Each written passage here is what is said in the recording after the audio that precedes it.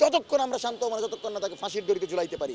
সেজন্য ওর রায়টা দেখার পর পরবর্তী সময় কোনো ব্যক্তি যেন হাসিনা থেকে ফ্যাসিস্ট হাসিনা উঠতে না পারে। ওর যদি নর্মালি একটা ফাঁসি হয় আমার মনে হয় যে সেটাও কম হয়ে যাবে। আজকে তো অনুষ্ঠান না, শুধু আজকে ছাত্র জনতার ঈদ উদযাপন। আমরা প্রতিক্রিয়া সম্মেলনের আয়োজন করেছি।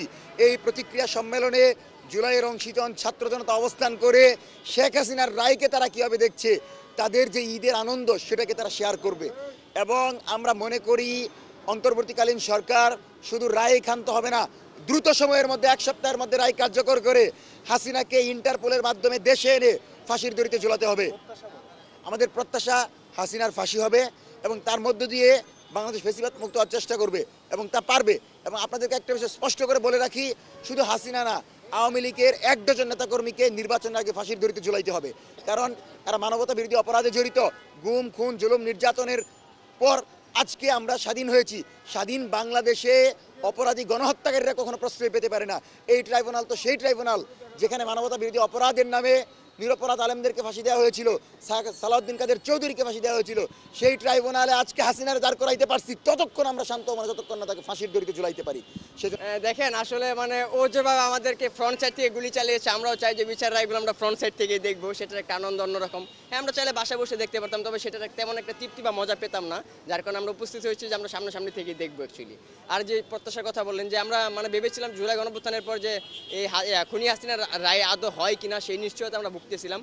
তো অনেক দিন পর, প্রায় 1.5 বছর পরে হলো যে তার রায়টা হচ্ছে, সেটা নিয়ে আমরা খুবই আনন্দিত বোধ করতেছি যে না, আমরা হচ্ছে গিয়ে মানে এরকম এক ফ্যাসিস্টের বিচার দেখতে পারতেছি। তো আমার মনে হয় যে ওর যদি রায় হয়, ওর রায়টা এমন হওয়া উচিত যে ওর রায়টা দেখার পর পরবর্তী সময় কোনো ব্যক্তি যেন হাসিনা থেকে ফ্যাসিস্ট হাসিনা উঠতে না পারে, সেটা আমাদের প্রত্যাশা থাকবে। এবং কি যদি কোনো ব্যক্তি হাসিনা থেকে ফ্যাসিস্ট হাসিনা হয়ে উঠতে চায়, তাহলে ওর রায়টা এরকম হওয়া উচিত যে ওর রায়টা দেখে তিনি সবসময় ভাবে যে আমার পরবর্তী সময় এরকম একটা রায় আসতে পারে। এরই পাশাপাশি যদি আমরা বলি যে খুনি হাসিনা যেই গণহত্যাগুলো চালিয়েছে, যে দেখেন এগুলো কিন্তু প্রমাণিত, প্রমাণ ছাড়া এরকম কিছু না। আপনি যদি দেখেন জুলাই আগস্টের বিষয়গুলো, এগুলো প্রায় ফুটেজই আছে। এত কিছু থাকার পর অনেকদিন পর আপনার হচ্ছে রায়টা হচ্ছে, সেটা নিয়ে আমাদের একটা হচ্ছে একটা চিন্তা ছিল। সেক্ষেত্রে যত রায়টা হচ্ছে সেটা নিয়ে খুবই আনন্দিত বোধ করতে। এরই পাশাপাশি যে দেখানো প্রায় যদি আপনি চলে যান যে 2008 সালে হচ্ছে আমরা হচ্ছে বিষয়টা নিয়ে আর কি ক্লিয়ারলি করি। যত 2008 সালের যে বিডিআর হত্যাকাণ্ডের ঘটনা, যে প্রায় 57 জন দেশপ্রেমিক সেনাকে তিনি আসলে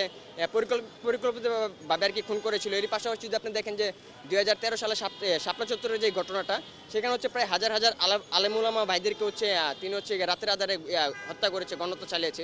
আপনি যদি দেখেন যে জুলাই আগস্টের গণহত্যার বিষয়ে, সেখানেও প্রায় হচ্ছে 1700 আমাদের ভাই বোনদেরকে তিনি গণহত্যা চালিয়ে শহীদ করেছে। এরই পাশাপাশি প্রায় 19,000 ভাই বোনদেরকে সারা জীবনের জন্য পঙ্গুত্ববরণ করে দিয়েছে। তো আমরা আজকে চাই যে হাসিনার এমন একটা রায় হোক, যে রায় দেখে পুরো জাতি সারা জীবন, এই পৃথিবী যতদিন বাঁচবে ততদিন যেন মনে রাখে। ওর রায়টা এরকম হওয়া উচিত। ওর যদি নর্মালি একটা ফাঁসি হয় আমার মনে হয় যে সেটাও কম হয়ে যাবে। ও যেভাবে গণহত্যা চালিয়েছে, ওর রায়টা হচ্ছে গণফাঁসি হওয়া উচিত। ওর যদি একবার ফাঁসি হয়, সেক্ষেত্রে আমি মনে করবো সেটা কমবে।